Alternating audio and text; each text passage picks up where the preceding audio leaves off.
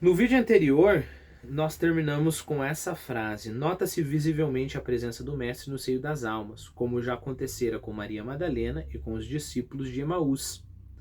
Cada uma delas experimenta essa presença dentro de si, com uma certeza que perturba e com ardor que incendeia. Abre aspas. Ficai conosco, Senhor. O Mestre está aqui.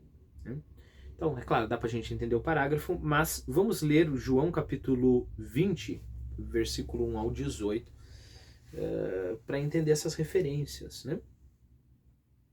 Então, no primeiro dia da semana, isso depois de Jesus já ter morrido. No primeiro dia da semana foi Maria Madalena ao sepulcro, de manhã, sendo ainda escuro, e viu a pedra tirada do sepulcro. Correu então e foi ter com Simão Pedro e com o outro discípulo a quem Jesus amava. E disse-lhes: levaram o Senhor do sepulcro, e não sabemos onde o puseram. Partiu, pois, Pedro com o outro discípulo e foram ao sepulcro.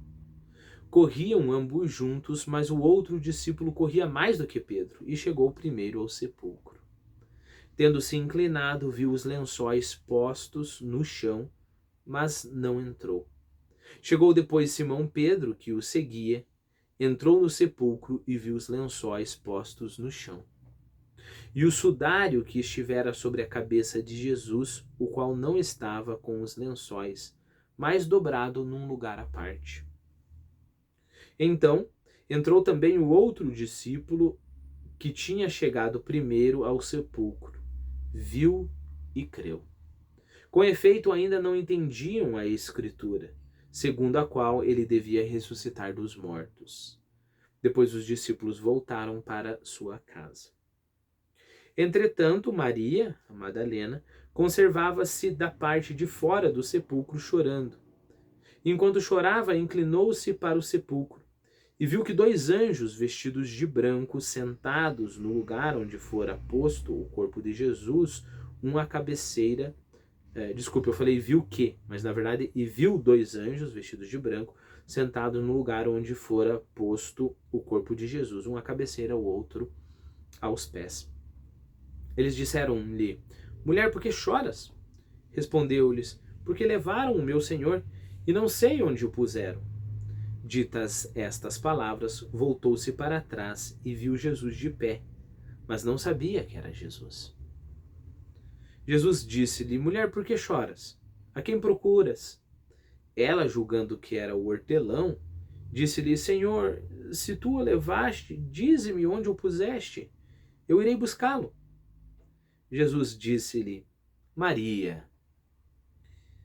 Ela, voltando-se, disse-lhe em hebreu: Rabone, que quer dizer mestre. Jesus disse-lhe: não me retenhas, porque ainda não subi para o meu Pai. Mas vai a meus irmãos e dize-lhes que subo para o meu Pai e vosso Pai, para o meu Deus e vosso Deus. E foi Maria Madalena dar a nova aos discípulos. Viu o Senhor e ele me disse estas coisas. Isso, então, o mestre está aqui, né?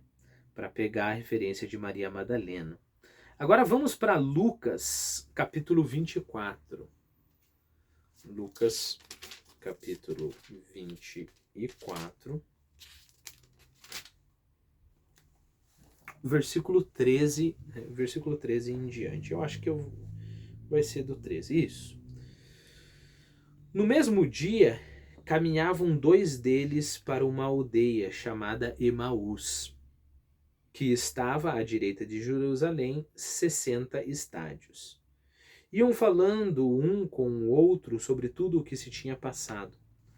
Sucedeu que, quando eles iam conversando e discorrendo entre si, aproximou-se deles o próprio Jesus e caminhou com eles. Os seus olhos, porém, estavam como que fechados, de modo que não o reconheceram. Ele disse-lhes: que conversas são essas que ides tendo pelo caminho? Por que estáis tristes?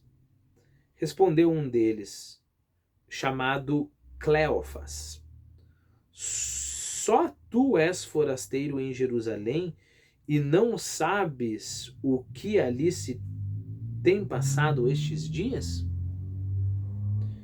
Ele disse-lhes: Que é? Responderam: Sobre Jesus Nazareno, que foi um profeta poderoso em obras e em palavras diante de Deus e de todo o povo. E de que maneira os nossos príncipes dos sacerdotes e os nossos magistrados o entregaram para ser condenado à morte e o crucificaram. Ora, nós esperávamos que ele fosse o que havia de resgatar Israel. Depois de tudo isso, é já hoje o terceiro dia depois que estas coisas sucederam.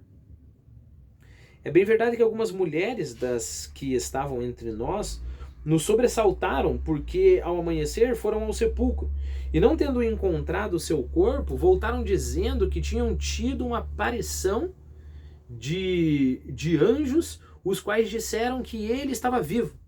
Alguns dos nossos foram ao sepulcro e acharam que era assim como as mulheres tinham dito, mas não o encontraram.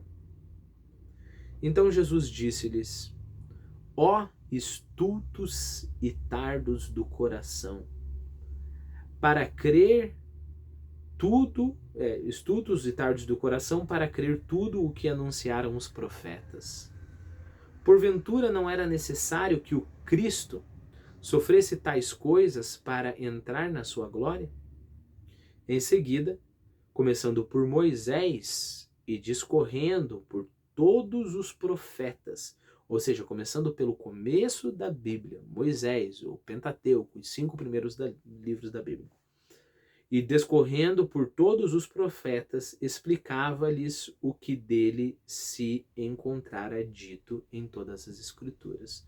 Lembre-se que é assim que um cristão, né, vai ler o Velho Testamento, né? Encontrar Jesus no Velho Testamento inteiro, né? É assim que um cristão lê o Velho Testamento. Por quê? Porque o próprio Jesus leu o Velho Testamento deste modo. Aproximaram-se da aldeia para onde caminhavam.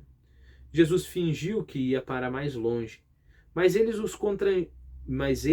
o constrangeram, dizendo: Fica conosco, porque faz-se tarde e o dia declina. Entrou para ficar com eles. Estando com eles à mesa, tomou o pão, o benzeu, partiu e lhe deu. Abriram-se os seus olhos e reconheceram-no, mas ele desapareceu.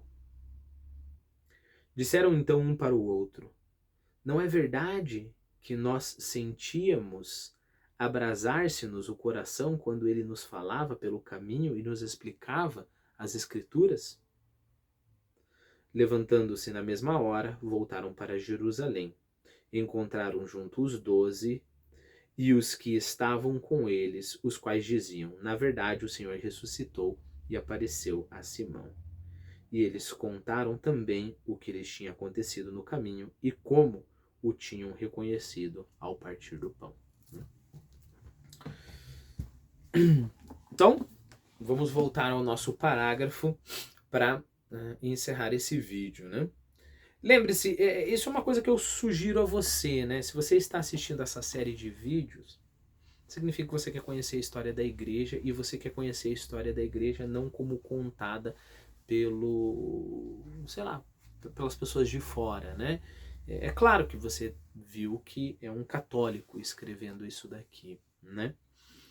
Então é mais ou menos a diferença entre ler uma autobiografia do que ler uma biografia não autorizada, digamos assim. Então se você está fazendo isso, é claro que você tem um impulso desse conhecimento, né?